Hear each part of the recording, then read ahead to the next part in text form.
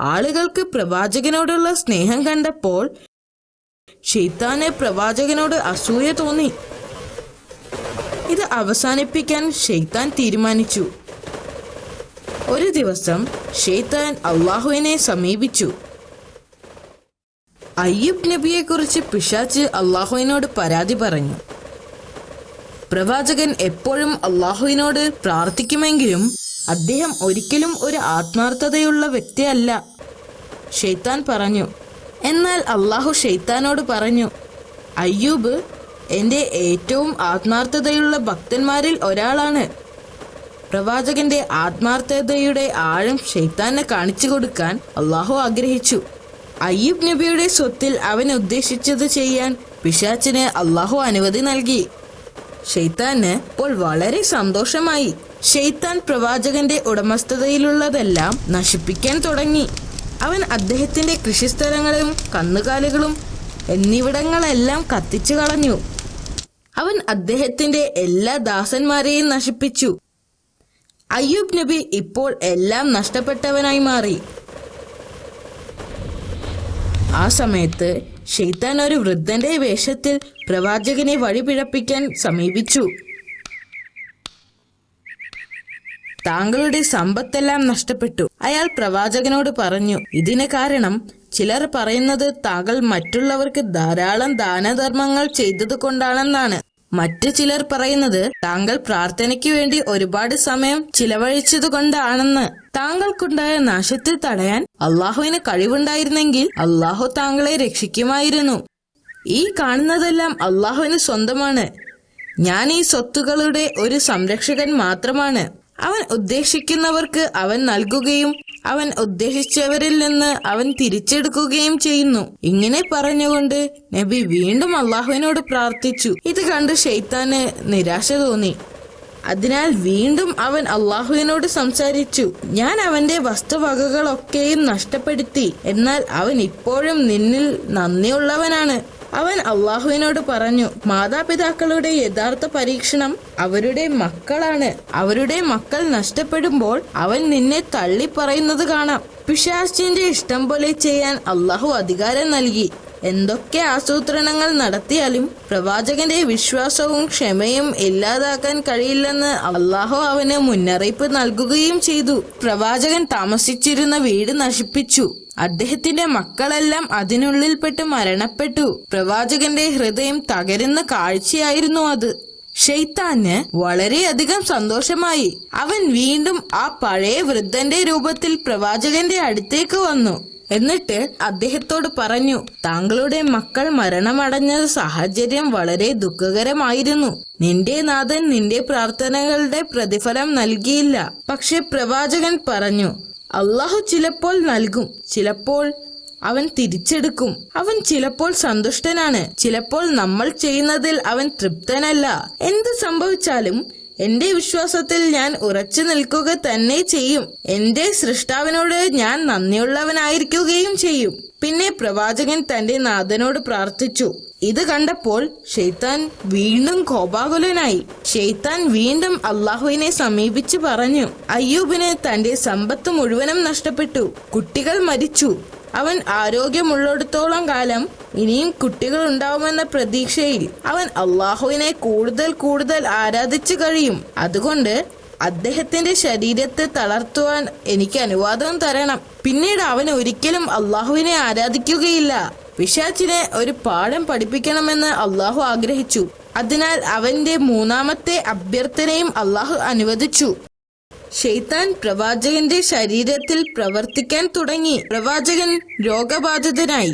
കുറച്ചു കഴിഞ്ഞപ്പോൾ നബിയുടെ ശരീരം വെറും അസ്ഥിയും തൊലിയും മാത്രമായി. എന്നാൽ പ്രവാചകൻ തന്റെ സകല വിശ്വാസങ്ങളിലും ശക്തമായി ഉറച്ചു നിന്നു. അള്ളാഹുവിന്റെ കാരുണ്യം പ്രതീക്ഷിച്ച് കാത്തിരുന്നു. ഇനി പ്രവാചകനെ സമീപിച്ചിട്ട് കാര്യമില്ലെന്ന് മനസ്സിലായി. പ്രവാചകന്റെ ഭാര്യയെ സമീപിക്കാൻ അവൻ തീരുമാനിച്ചു. അവൻ വീണ്ടും പഴയ വൃദ്ധന്റെ രൂപത്തിൽ അവരുടെ അടുത്തേക്ക് ചെന്നു. അപ്പോൾ ശൈത്താൻ പ്രവാചകന് ആരോഗ്യവും സമ്പത്തും മക്കളും ഉണ്ടായിരുന്ന കാലത്തെക്കുറിച്ച് പ്രവാചകന്റെ ഭാര്യയെ ഓർമ്മിപ്പിച്ചു. അവർ അവരുടെ നല്ല കാലത്തെക്കുറിച്ച് ഓർത്തു.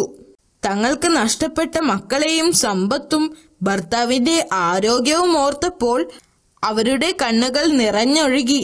ശൈത്താൻ തിരിച്ചു പോയപ്പോൾ അവർ പ്രവാചകന്റെ അടുത്തേക്ക് പോയി.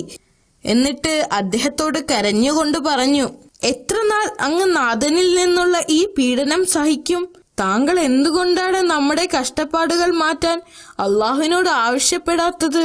പ്രവാചകൻ മൃദുവായ ശബ്ദത്തിൽ മറുപടി പറഞ്ഞു, ശൈത്താൻ നിന്നിൽ മന്ത്രിച്ചു, നിന്നെ നിരാശപ്പെടുത്തിയിരിക്കുന്നു. പറയൂ, എത്ര കാലം ഞാൻ നല്ല ആരോഗ്യവും സമ്പത്തും ആസ്വദിച്ചു? അദ്ദേഹം അവളോട് ചോദിച്ചു. 70 വർഷം. അവർ മറുപടി പറഞ്ഞു. എത്ര കാലമായി ഞാൻ ഇതുപോലെ കഷ്ടപ്പെടാൻ തുടങ്ങിയിട്ട്? അദ്ദേഹം വീണ്ടും ചോദിച്ചു. 7 വർഷങ്ങൾ. അവർ മറുപടി പറഞ്ഞു. അപ്പോൾ അദ്ദേഹം അവളോട് പറഞ്ഞു, ഈ കാര്യത്തിൽ എന്റെ കഷ്ടപ്പാടുകൾ നീക്കാൻ അള്ളാഹുവിനോട് പ്രാർത്ഥിക്കാൻ ഞാൻ ലജ്ജിക്കുന്നു. കാരണം നല്ല ആരോഗ്യത്തോടും ജീവിച്ചിരുന്ന വർഷത്തേക്കാൾ കൂടുതൽ വർഷം ഞാൻ കഷ്ടപ്പെട്ടിട്ടില്ല. അവർ വീണ്ടും വീണ്ടും പ്രവാചകനോട് യാചിച്ചു.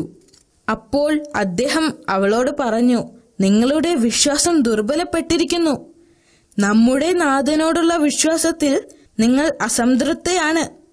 എപ്പോഴെങ്കിലും എനിക്കെന്റെ ആരോഗ്യം തിരിച്ചു കിട്ടുകയാണെങ്കിൽ ഞാൻ നിന്നെ 100 ചാട്ടവാറാടി അടിക്കും എന്ന് അദ്ദേഹം പ്രതിജ്ഞ ചെയ്തു.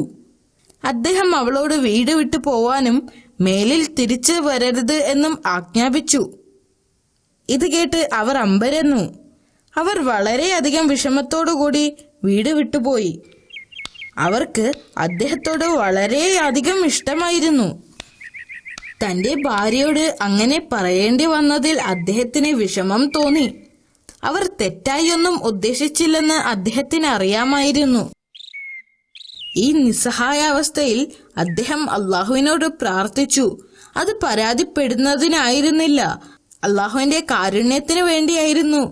എന്റെ നാഥ, ഞാൻ അവശനായിരിക്കുന്നു. നീയാണ് ഏറ്റവും വലിയ കരുണാമയൻ. പ്രവാചകന്റെ പ്രാർത്ഥന സ്വീകരിച്ച് അള്ളാഹു അദ്ദേഹത്തോട് കരുണ കാട്ടുകയും ചെയ്തു. അള്ളാഹു പ്രവാചകനോട് തന്റെ കാൽ ഭൂമിയിൽ അമർത്താൻ ആവശ്യപ്പെട്ടു. പ്രവാചകൻ ആ കൽപ്പന അനുസരിച്ചു. പെട്ടെന്ന് തന്നെ നിലത്തു നിന്നും ഒരു ഉറവ വന്നു. അള്ളാഹു കൽപ്പിച്ചതുപോലെ അദ്ദേഹം ആ വെള്ളത്തിൽ കുളിച്ചു. പെട്ടെന്ന് അദ്ദേഹത്തിന് സുഖം പ്രാപിച്ചു. അദ്ദേഹത്തിന് വിശ്വസിക്കാൻ കഴിഞ്ഞില്ല. അതേസമയം തന്റെ വിശ്വസ്ത ഭാര്യയ്ക്ക് ഭർത്താവിനെ പിരിഞ്ഞ് അധിക ദൂരം പോകാൻ കഴിയില്ലായിരുന്നു. അവർ അദ്ദേഹത്തെ ഓർത്ത് കുറേ വിഷമിച്ചു. അതുകൊണ്ട് തന്നെ അദ്ദേഹത്തെ പരിചരിക്കാൻ അവർ ആഗ്രഹിച്ചു. അവർ വീട്ടിലേക്ക് മടങ്ങി വന്നു. വീടിനകത്ത് കടന്നപ്പോൾ പെട്ടെന്നുള്ള മാറ്റം കണ്ട് അവർ അതിശയിച്ചു.